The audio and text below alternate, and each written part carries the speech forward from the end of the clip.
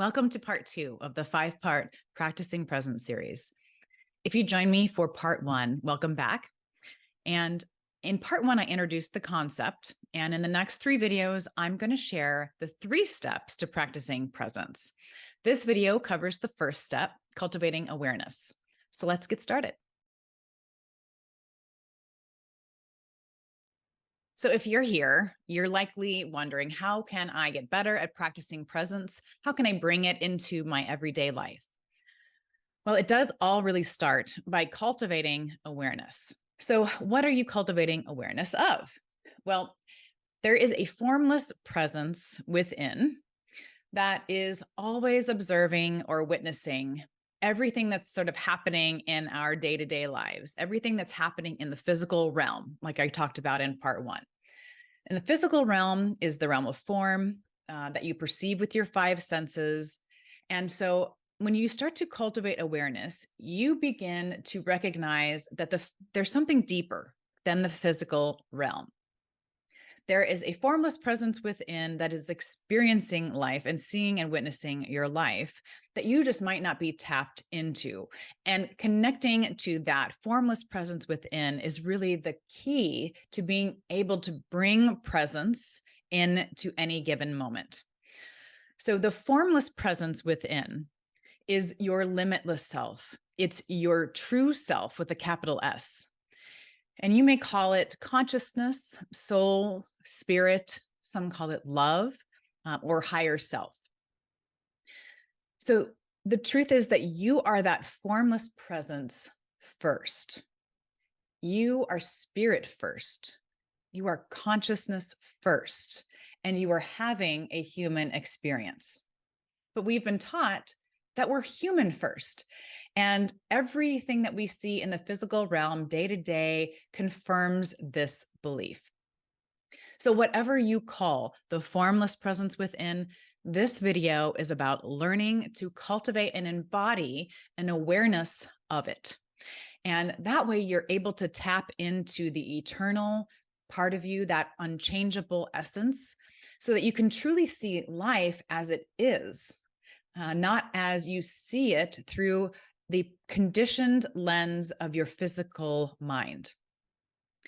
And once you see life as it truly is, you're able to experience the joy of each moment.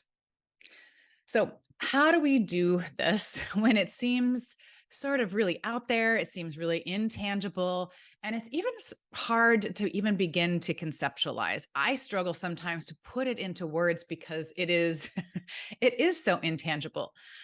So, to do this, it's like you gotta start to unlearn a lot of the conditioning of the world. And because to believe that you are spirit first, you have to have an experience of it, right? You have to have an experience of that formless presence in order to believe that it's real. Because as I said, we've been conditioned to believe that we are human, and that's how we identify, right? Believing that we are our bodies, we are our roles, our titles, and we are even that inner voice that is incessantly speaking. You know the one I'm talking about? Sometimes the critic, sometimes the cheerleader, sometimes telling us to do things that maybe we shouldn't do. And we even think that we are the thoughts that we're having in any given moment. We become identified with the thoughts that we're having and the emotions that are arising in any given moment. When in truth, some of our thoughts are just habitual patterns. They're responses that we have been conditioned to continually do. And so we live most of our lives completely identified with our physical self and our thoughts about our physical self and our story of the individual life that our physical self has led. And most of us don't even get a glimpse or really have an experience of what it means to connect to that formless presence within. And so, because we don't have an experience of it, we just don't ever fully become aware of it.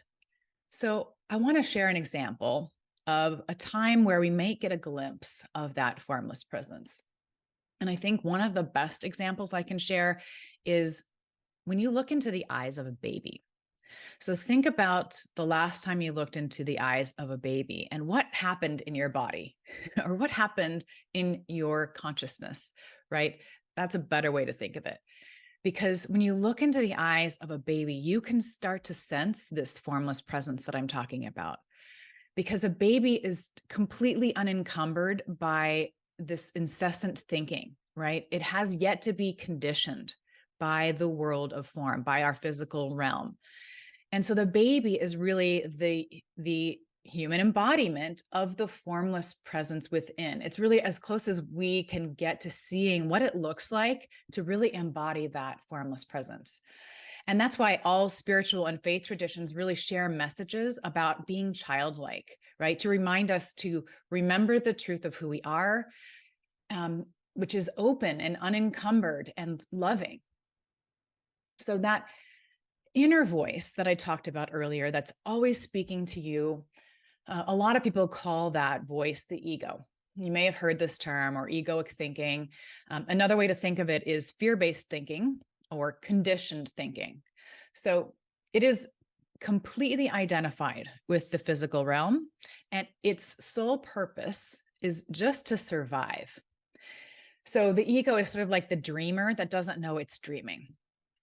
And the purpose of cultivating awareness of our formless presence is to begin to make the shift from being controlled by our incessant thinking, by the ego mind, to freeing our minds from incessant fear-based thinking.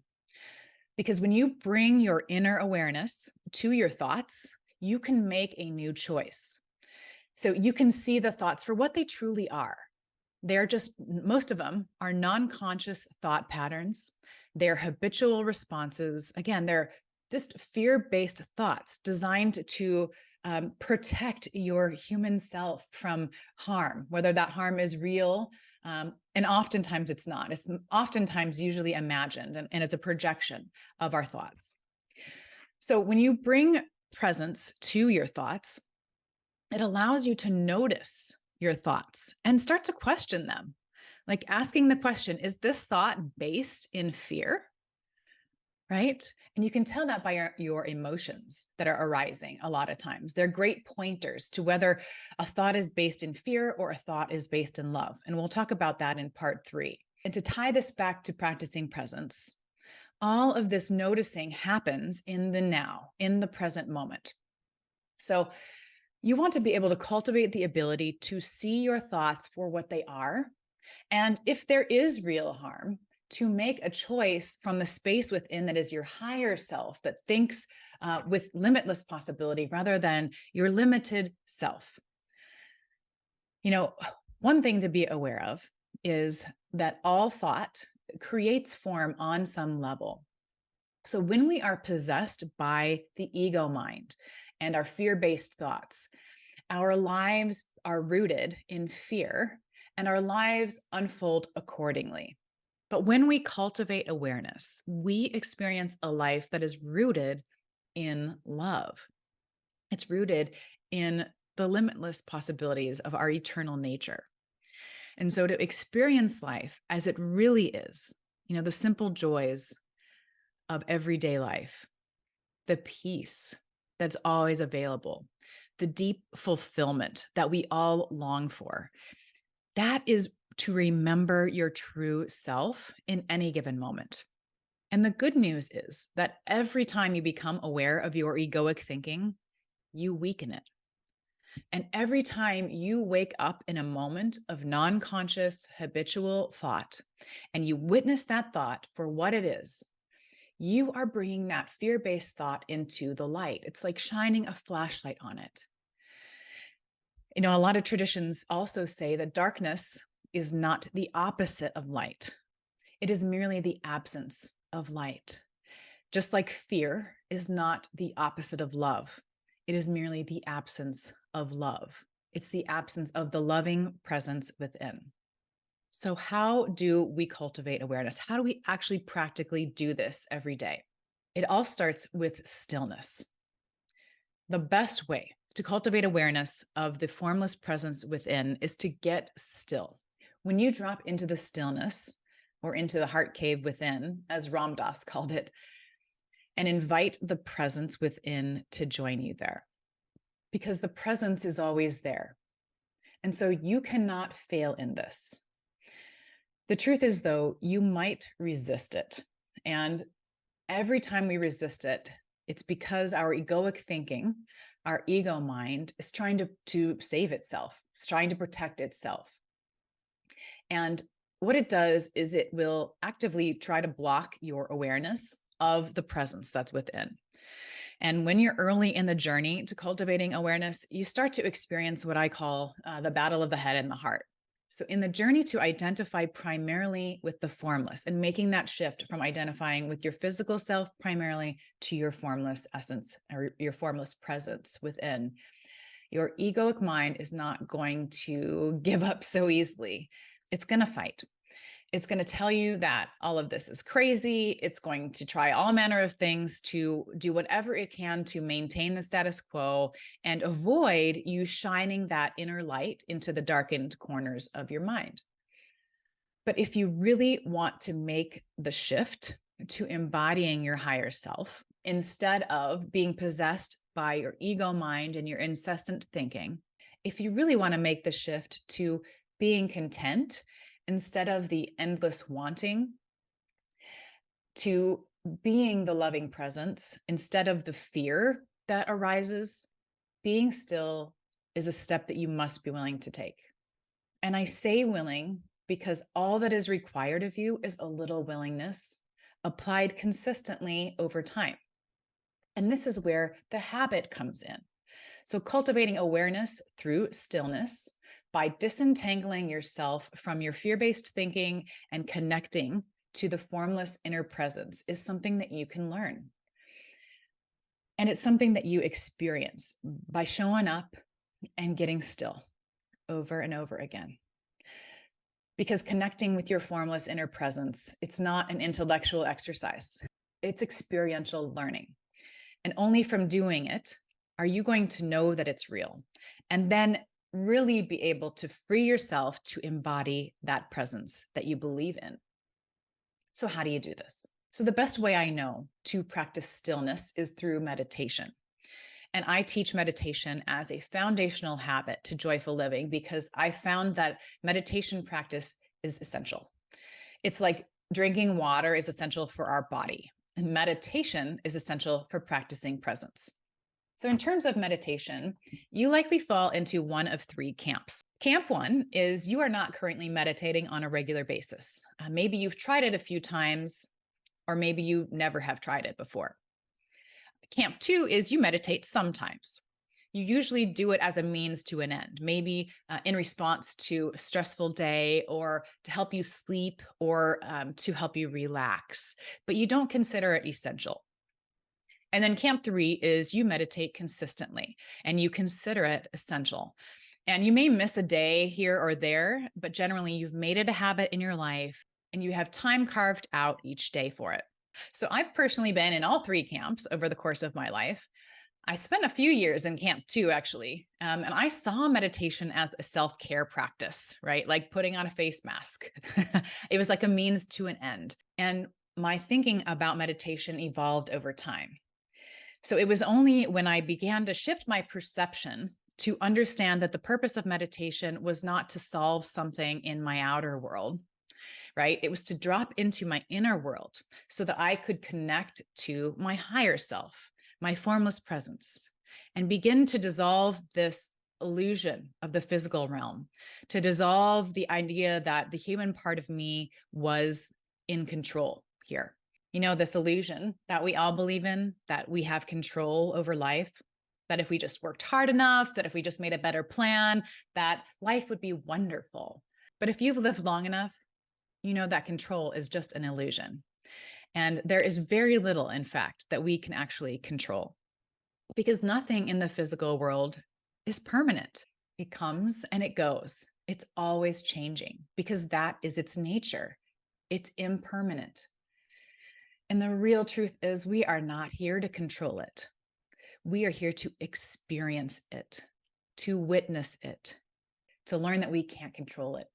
and to surrender and accept that through grace, through our higher selves, by seeing the physical world in all its imperfection as beautiful and filled with wonder and filled with love. And this is the greatest gift that we can give ourselves and everyone around us. So, on this journey inward, we all start somewhere.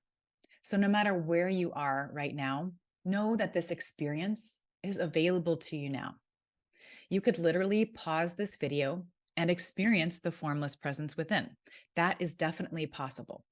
The challenge that a lot of people have is that most of us have a bit of unwinding to do first, of disentangling our identities from the physical self.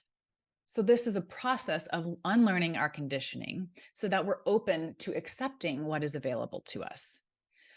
So, if you are in camp 1 or 2, in order to cultivate awareness, I would recommend starting a stillness practice like meditation and making it a habit in your life. Now, if you don't know how to start or where to begin, I do offer a free step-by-step guide on how to make meditation a habit in your life. I offer it for anyone that subscribes to my newsletter.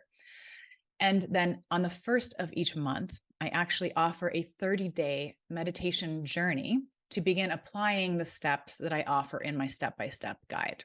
So I'll drop more info about that if you are interested, and you can check out the description below.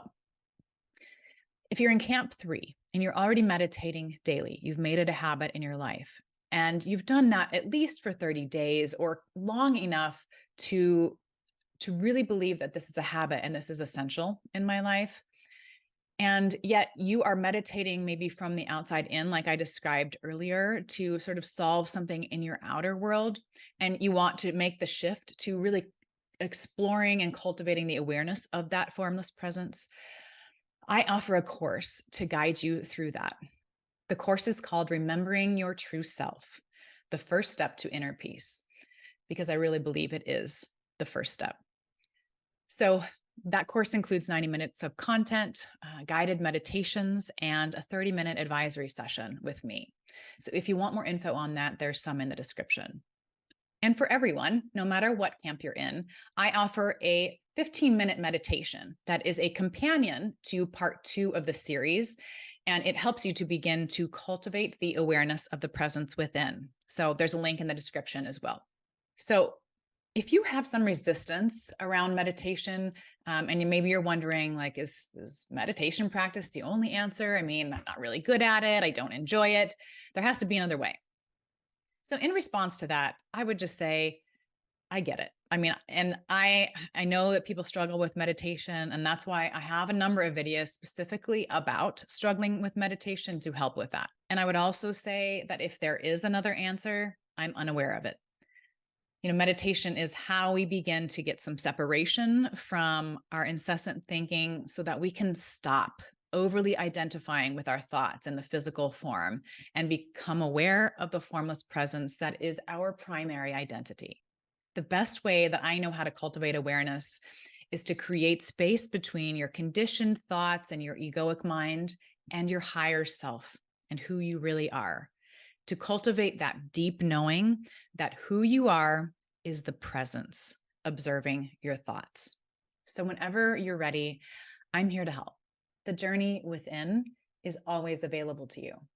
And I'm here to walk with you on the path, to sort of shine a light on the path ahead. So I hope you enjoyed part 2 of this series. If you did, give it a like, share it with your friends. And if you have comments or questions, just drop them below. I'd love to hear from you. So thanks for being here with me. I hope you join me for part 3, where we discuss the second step in practicing presence, which is to notice your thought patterns. I'll see you next time.